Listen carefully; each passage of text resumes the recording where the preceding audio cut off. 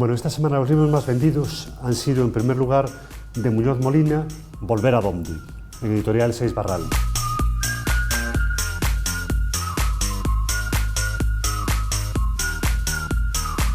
En segundo lugar, en editorial Almuzara, Los hombres de Felipe VI.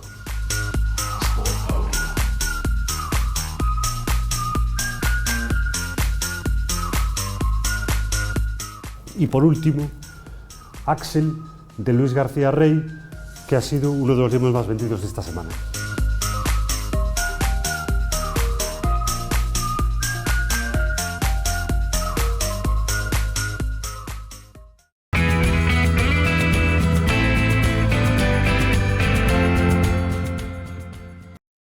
Posiblemente estén ustedes de acuerdo con la lista de los más vendidos, pero habrá gustos para todos.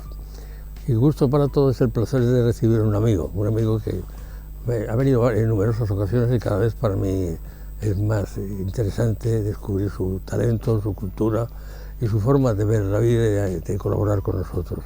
Se llama Miguel, como un arcángel, y Mosquera Pans. Don Miguel, bienvenido. Bien hallado. Le veo a usted bien sentadito, bien cómodo, y le pido que me diga usted de esa sensación de honda felicidad. ¿De qué vamos a hablar? Pues podemos hablar de muchas cosas. Una de ellas de ese libro tan bonito que tienes ahí, que es de autoría mía. Ya lo sé, sí, hablamos ya en una ocasión. Y después también decir que de cómodo nada, esta silla es enorme, yo pues soy venga, bajito, es estoy turno, incomodísimo, me sale el vientre y la televisión engorda, que lo sepa todo el mundo. Pues venga. Que yo estuve probando ahora una crema para adelgazar, pero la crema pastelera no vale. Entonces... quitar el vino, la bebida de otro tipo y la comida fuerte. Eso deja de decir pecados. Eso son pecados, hombre. Yo me mantengo, gracias a Dios, comiendo poco y bebiendo nada, o sea, agua de la fuente. Ya, se te debe estar haciendo un largo la vida. Estoy un poco aburrido, pero en fin, me estoy bajando, me hago viejo, pero en fin, es una maravilla acercarse a los años. Sí, ya. Y sobrepasar. Sí, ya, bueno, cuando tenga 106 o 107 lo comentamos otra vez. Sí, no, mira, voy a tener 88 en 4 días. Ya lo sé. Pues venga, ya. Adelante, bueno, señor, su tiempo. Hablábamos de ese hermoso libro, Orixá, que fue una novela que ganó el Premio Internacional. Premio Célebre de Novela Internacional. Muy bien. Y que fue un libro que además se presentó por primera vez en Madrid. Y fue un libro que se agotó esa edición y ya hace algo de tiempo que está comercializándose a través de Internet, a través de Amazon, en distintos idiomas, porque en este momento ya está en distintos idiomas, ¿no? Y es una novela que tiene su interés porque una de las características principales es que una parte muy grande de la novela sucede aquí en Orense. O sea, es una novela que tiene una proyección, un contenido internacional, mejor dicho, pero que se desarrolla básicamente en Orense. Y que es muy interesante leerla porque ilustra muchas situaciones que se están dando en este momento y además es un canto a la vida y a la libertad y a la defensa de las personas. Entonces, desde ese punto de vista, creo que es una novela que reúne prácticamente todos los requisitos para poder estar en los anaqueles de la biblioteca de cualquier persona. Si escribiera usted de nuevo, ¿haría algún cambio en esta...? No. Cuando escribes... Desde el principio hasta la firma final.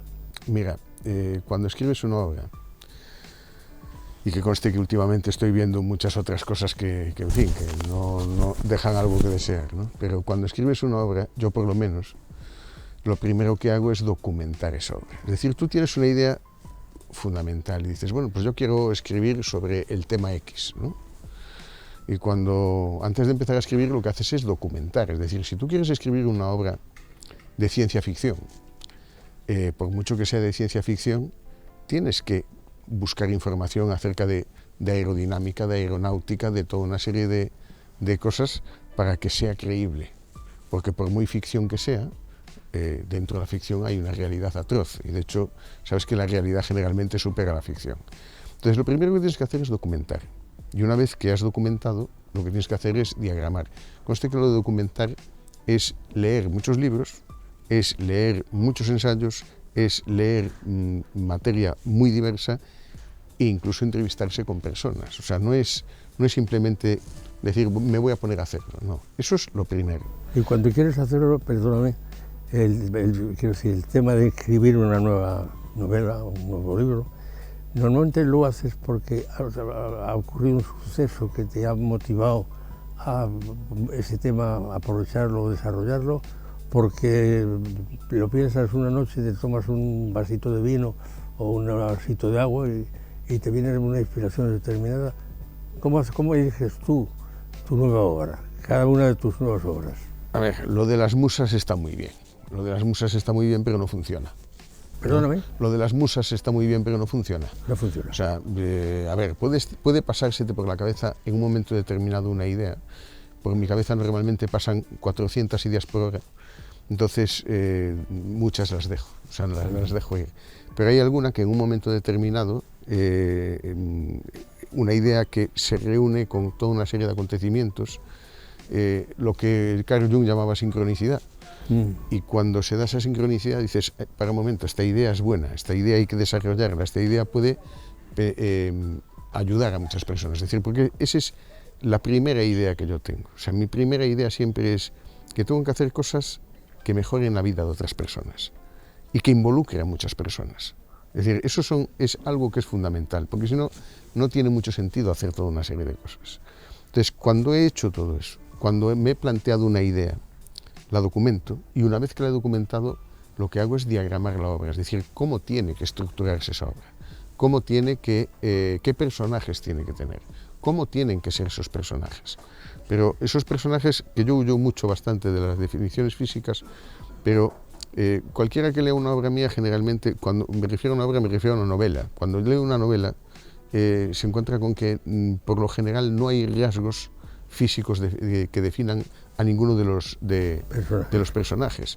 Sin embargo, cualquier persona que esté leyendo la novela sí se identifica con los personajes. Eso es algo que hago deliberadamente. Entonces, eso no quiere decir que yo no tenga un perfil de cada uno de los personajes, porque tengo que trabajar con esos personajes. Y esos personajes son seres vivos. O sea, llega un momento que son seres vivos, son personajes que tienen su personalidad y que se comportan de una determinada manera. Entonces, en el momento en que está hecho eso, en que está diagramada la obra, cuando tengo toda esa información, la dejo aquí en la cabeza, la bato como si fuese una coctelera y la dejo ahí. Hasta que de pronto... ¿El escenario lo eliges tú? Todo. Entonces, ¿En función de una razón lógica o simplemente porque te parece que es el más apropiado para que se desarrolle el proyecto que estás iniciando? Obedece, es que tiene que obedecer al contexto de la obra. Es decir, tú sabes que si descontextualizas algo no tiene sentido. Tiene que estar dentro de su contexto. Entonces, cuando tienes toda esa información, la metes en la cabeza, la agitas y dejo que se construya la obra. Y la obra se construye dentro de mí. Entonces, cuando yo me pongo a escribir, sé exactamente lo que voy a escribir, sé cómo voy a empezar y cómo voy a terminar. O sea, esto que te dicen alguna gente, que te dicen, es que es muy difícil enfrentarse a un papel en blanco. Y digo, pues debe ser. Yo no me enfrento a un papel en blanco porque yo cuando me pongo a escribir ya sé lo que voy a hacer. Claro. El que confía en las musas no sabe lo que va a hacer, tiene que enfrentarse al papel en blanco. El que hace un trabajo de antemano nunca se va a encontrar con un papel en blanco. Entonces, yo sé de antemano cuál es el contenido de toda la obra. Y si en un momento determinado, por cualquier motivo, tengo que dejar de escribir esa novela para atender cualquier otra cosa, aunque tenga que interrumpirlo durante un día o un mes, después de eso vuelvo exactamente en el punto en el que me había quedado, porque la obra sigue estando aquí y la tengo que sacar afuera. Es decir, esa es mi forma de trabajar. Pero una vez que esa obra está escrita, una vez que está terminada, la dejo descansar, la dejo dormir. Fuera. Y una vez que ha dormido 2, 3, 4 meses, yo de esa obra ya no me acuerdo, la he sacado para afuera, ya no es mía, ya me he olvidado de ella. Entonces la cojo y la corrijo, pero la corrijo como si estuviese leyendo la obra de cualquier otro. Ya no es mi obra. ¿Y eso lo consigues? Sí. ¿Seguro? Totalmente, porque es que la he sacado de mí. Ya no es mía, ya no me pertenece, ya he desconectado de ella. Entonces lo hago. y después la dejo descansar un poco más y vuelvo a hacerla. Vuelvo a hacerla, o sea, hago una corrección ortogramatical y le hago una corrección de estilo. O sea, la obra tiene autor, tiene el corrector del autor y el corrector del autor. Exactamente. Y después finalmente, aún así le doy un último repaso para ver cómo está. Entonces, ese proceso conlleva que una novela esté terminada. Yo te puedo decir que, por ejemplo, esa novela, la diferencia que puede haber entre Vargas Llosa y yo es que él tiene 3 o 4 correctores, yo no. A mí no me da para tanto. Pero esa novela, cuando llegó a la correctora, me dijo, mira, lo único que corregí de esta obra, lo único, fue que tuve que sacarle la tilde a solo porque la Real Academia la ha retirado. Y digo, muy bien. Y cuando terminó, porque sabes que los derechos morales suponen que el autor tiene que autorizar el cambio hasta de una coma, la leí entera y le dije, muy bien, pues a cambio yo te diré que tú le has sacado la H al uso horario. Punto.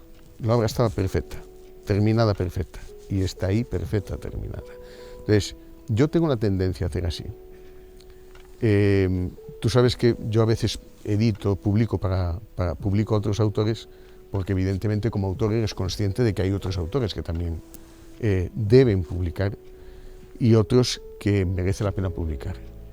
Y normalmente hay que hacer correcciones muy intensas, que es una lucha con el autor, porque el autor normalmente no está para la labor de comprender que su obra puede tener fallos. Un autor en condiciones normales, si lee 20 veces su misma obra, pasa 20 veces por el mismo error y no es consciente de que ese error existe. Al contrario, cada vez se familiariza más con el error y lo asume más, como algo que es correcto. Entonces, lo que está sucediendo es en este momento, es un tema del que hemos hablado ya en más de una ocasión, que desde la gran recesión de 2008 desaparecieron muchísimas editoriales. Normalmente te dicen, en España se publican 70.000 títulos al año. No es cierto, no es verdad. No se publican 70.000 títulos al año. Se dan de alta 70.000 códigos de ISBN, que es una cosa muy distinta. Pero es que resulta que dentro de esa cifra de ediciones, lo que normalmente no se dice es que los folletos de instituciones, desde una diputación, un ayuntamiento, mapas y un montón de cosas más, llevan un ISBN, y se consideran publicaciones. Lo son, pero no son libros. O sea, no tiene absolutamente nada que ver. Muchos de ellos son folletos simplemente. Entonces, se publica muchísimo menos.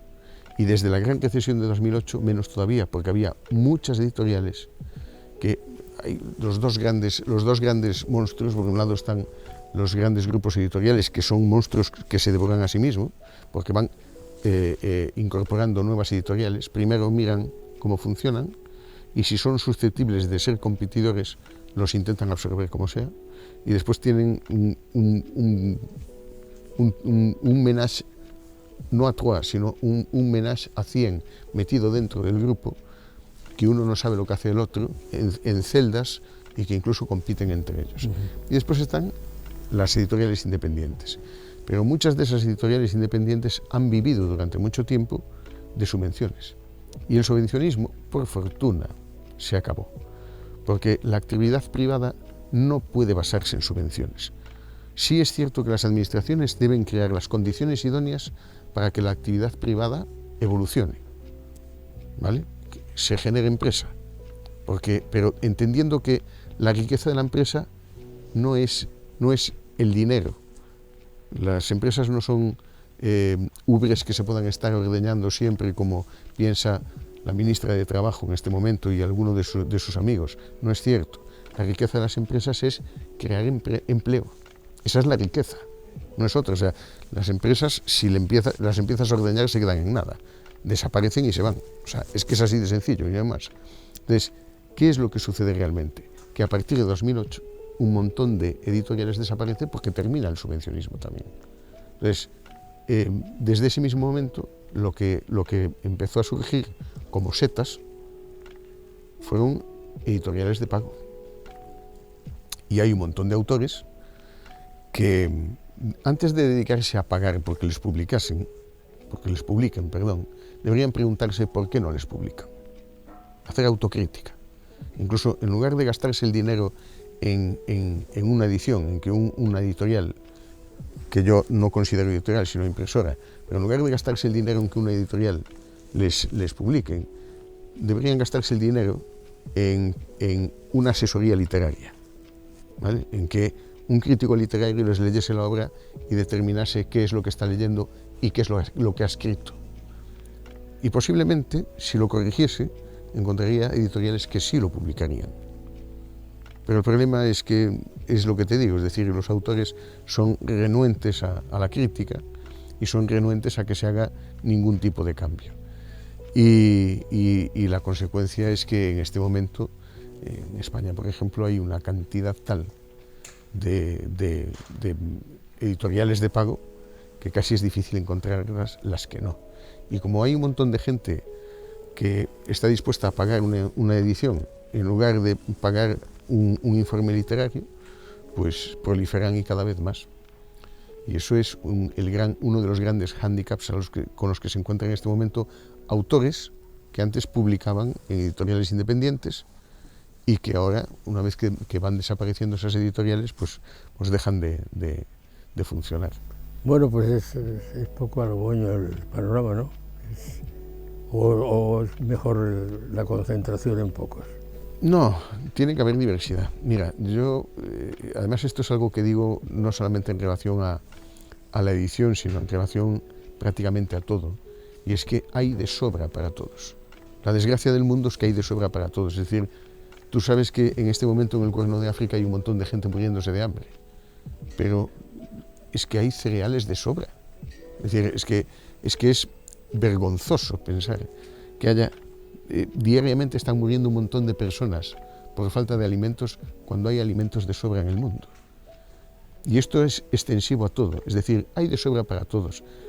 Dentro del ámbito de la literatura hay autores que piensan que tienen que competir, editoriales que piensan que tienen que competir, y eso es una falacia, porque a ti te puede gustar leer y a 100 o 100.000 personas les pueden gustar leer, pero no tienen por qué gustarle leer lo mismo, y de hecho no les gusta leer lo mismo. A unos les gusta un tipo de literatura, a otros les gusta otro tipo de literatura, y dentro del mismo género incluso a 200.000 personas le pueden gustar 500.000 autores diferentes. Es decir, hay de sobra para todos. Y si empezamos a entender que hay de sobra para todos y dejamos de convertir esto en una competición, dejamos de pensar que tenemos que educar a nuestros hijos como tiburones en lugar de como personas, entonces el mundo empezará a funcionar de una forma muy distinta, que es como tiene que empezar a funcionar. Pero bueno, hay que empezar por entender que hay que ser autocrítico, que hay que trabajar buscando la excelencia. O sea, tienes que centrarte en hacer lo que sabes hacer y hacerlo lo mejor posible, siempre. Y tienes que procurar mejorar la vida de las personas con lo que hagas, por pequeño que sea, por pocas personas que sean.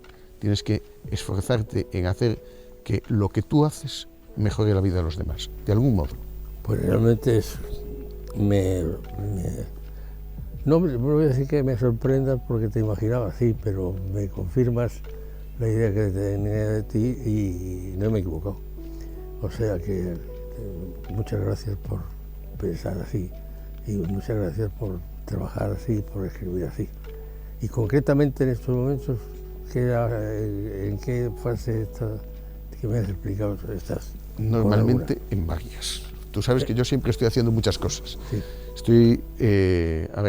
Estuve ayudando hasta ahora corrigiendo una obra de una escritora en ciernes de 16 años, de una obra que en breve saldrá al público. Estoy editando el libro de un amigo y estoy escribiendo 2 ensayos en este momento y preparando una novela. Y aparte de eso, pues estoy con lo que te había comentado del proyecto GENS, gens de latín, gens. No te he oído bien, perdón, estoy un poquito sordo. Proyecto gens, del latín, de tribu, de clan, el concepto de tribu y de clan que busca aglutinar a toda una serie de autores a los que voy a publicar y a los que voy a promocionar a lo largo de los próximos 7-8 años. Es un proyecto que va a llevar un tiempo, de hecho lleva un tiempo ponerse en movimiento todo esto, pero a partir del momento en que esté la estructura funcionando, pues estaremos publicando una media bastante razonable de obras al año, una cantidad razonable y una cantidad razonable de autores.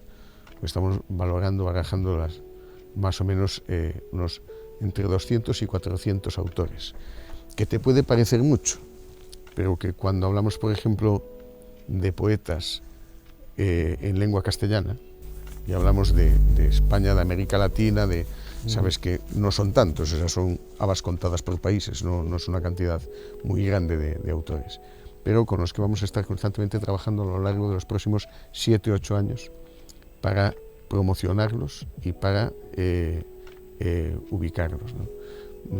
Particularmente para darles presencia de mercado, para promocionarlos y para posicionarlos. Y es un proyecto que está abierto, que yo voy a decir, porque lo tengo por aquí, la dirección de correo, que es que ni la doy encontrado en este momento, pero que en otra ocasión lo daré, porque sobre esto todavía volveremos a hablar, porque vamos a estar tiempo todavía funcionando con este proyecto, y que está abierto en principio por ahora vamos a trabajar con poetas, a todos los poetas en lengua castellana, de cualquier parte del mundo, por ahora. ¿En lengua castellana solo? En lengua castellana solo, por ahora en lengua castellana. Básicamente porque, bueno, como sabes, este libro, Grisha, por ejemplo, ya se ha traducido a varios idiomas y hay un problema con las traducciones siempre, que va mucho más allá de que una traducción no solo se basa en la traducción, sino que es traducción e interpretación, pero además hay un contexto cultural por el que ciertos temas tienen un contexto y los sacas de ese contexto y no valen absolutamente para nada, no significan nada en otros países y en otras culturas. Y en el caso de la poesía, puedes hacer una traducción, pero si haces una traducción y una adaptación, acabas destrozando la poesía. Entonces, no nos planteamos otros idiomas, nos planteamos lengua castellana y después ya veremos cómo Oye, va. ¿te atreverías a darme 3 títulos no producidos por ti que en el último año que hayan, españoles o extranjeros, no me importa, que hayan causado un impacto y asombro? Pues ese, porque de hecho ese asumí yo la edición, la segunda edición la asumí yo, asumí la segunda edición y asumí las traducciones y las ediciones. Es decir, tengo traductores de distintos países. Es muy curioso porque el traductor de inglés, por ejemplo, es de inglés americano. Es un mexicano que vive en China. Sí, las cosas están así. Que es la integración. Totalmente. No, pues totalmente. Es que, en el fondo sería así si hubiera varita mágica, si hubiera intereses, pero no hay. Ni lo veremos. El traductor de francés no es traductor, es traductora, y es una traductora que vive ahora en Montpellier y estaba trabajando en el Reino Unido en Google. Es decir, esto es un todo así, ¿no? Entonces, a ver, coordinar un grupo humano de esta naturaleza no es fácil. Manda carajo, como has dicho aquí, ¿no? Sí. Muy bien, pues hemos pasado un rato muy grato contigo. Yo creía que me ibas a dar alguna obra así, más concreta, personal, Orisha, más individual. Orisha es la que en este momento estamos trabajando sobre todo con ella. Pero Pues bueno, estamos... Se ha pasado rápido el tiempo, ¿eh? Sí. Hemos hecho el programa y vamos, se acabó. Mira si pasa el tiempo. ¿Te acuerdas cuando tu abuela te decía aquí, que? Mira si pasa el tiempo. Es verdad, señoras y señores. Pues gracias por haber venido, como siempre, y que te vaya bonito, que dicen en México. Pues antes que le vaya bonito, lindo. Pues venga, que le vaya bonito. Y a ustedes, pues vamos a ver algo más de de los libros que nos dicen que tenemos posibilidad de recomendar ahora para hacer un regalo, si es a un adulto, a un chaval o a un medio pensionista. Gracias, señor. Gracias a ti, Enrique. Atención.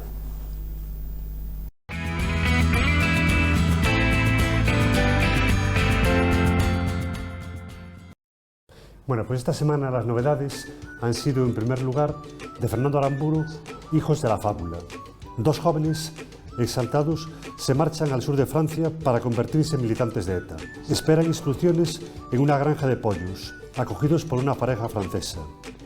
Pero la banda de ETA ha decidido solicitar el cese de la actividad armada. En segundo lugar, en editorial Faguara, de Claudia Piñeiro, El tiempo de las moscas. Mujeres estafadas por un hombre hay muchas, pero repudiadas tanto por la madre como por la hija, no tantas. Y por último, el último libro de Javier del Castillo, El cuco de cristal. Un trasplante de urgencia, un donante lleno de secretos que esconden los latidos de tu corazón. Y estas son las novedades de esta semana.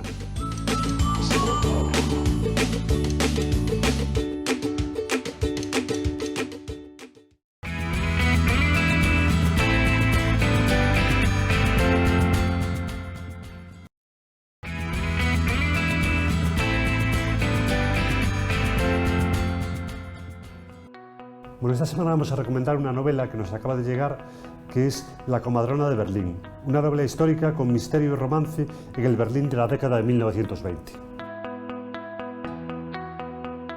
Como libro de adultos, El gato que me dijo te amo, de Eva Polanski, en editorial La Esfera de los Libros. Para la felicidad, el coraje, la sabiduría y sí, también para el amor, tuve buenos maestros y todos eran gatos.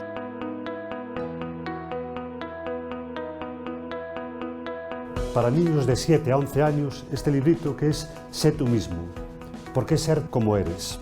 Aceptar las emociones y mostrarlas aunque seas diferente, reconocer tus mejores cualidades y brillar con tu personalidad. Y es el libro que recomendamos esta semana.